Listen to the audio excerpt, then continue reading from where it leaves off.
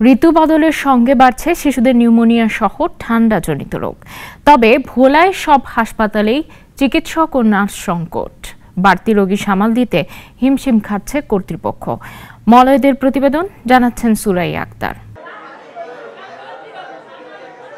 দ্বীপ জেলা ভোলায় জেনারেল হাসপাতালে শিশু ওয়ার্ডের গত এক মাসের পরিসংখ্যানে দেখা যায় নিউমোনিয়া ও জ্বর নিয়ে শিশু রোগী ভর্তি হয়েছে ১৩৪০ জন, মারা যায় ৩ জন শিশু। আর সেপ্টেম্বরের এক সপ্তাহেই ভর্তি হয়েছে ১০১২ জন। হাসপাতালে শিশু ওয়ার্ডে শয্যা মাত্র ৫০টি, গড়ে প্রতিদিন থাকে ১৫০ থেকে ২০০ জন রোগী। হাসপাতালের বারান্দা ও মেঝেতে চিকিৎসা নিচ্ছেন তারা।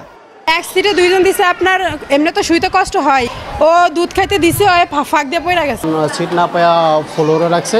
আঙ্গ সকাল থেকে কোনো ট্রিটমেন্ট চলে না, ট্রিটমেন্ট দিতেছে না। তাদের ঠিকমতো সেবা কিন্তু দেয় না। সিস্টারের কাছে যাইলে সিস্টাররা ধাক্কা বাইক করে দেয়।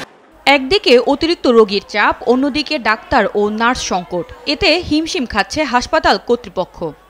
এবারে যে সবসময় ২০০-র উপরে রোগী থাকে, আমরা সিনিয়র স্টাফ নার্স থাকি ২ জন, উপরে গেলে ৩ জন।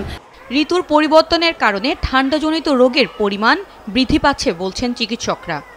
নিউমোনিয়ার এই সিজন চেঞ্জের সময় প্রকোপটা অত্যন্ত বেশি থাকে। এখন এক্ষেত্রে মা বাবা কিছু সচেতন থাকলে প্রকোপটা কম হয়।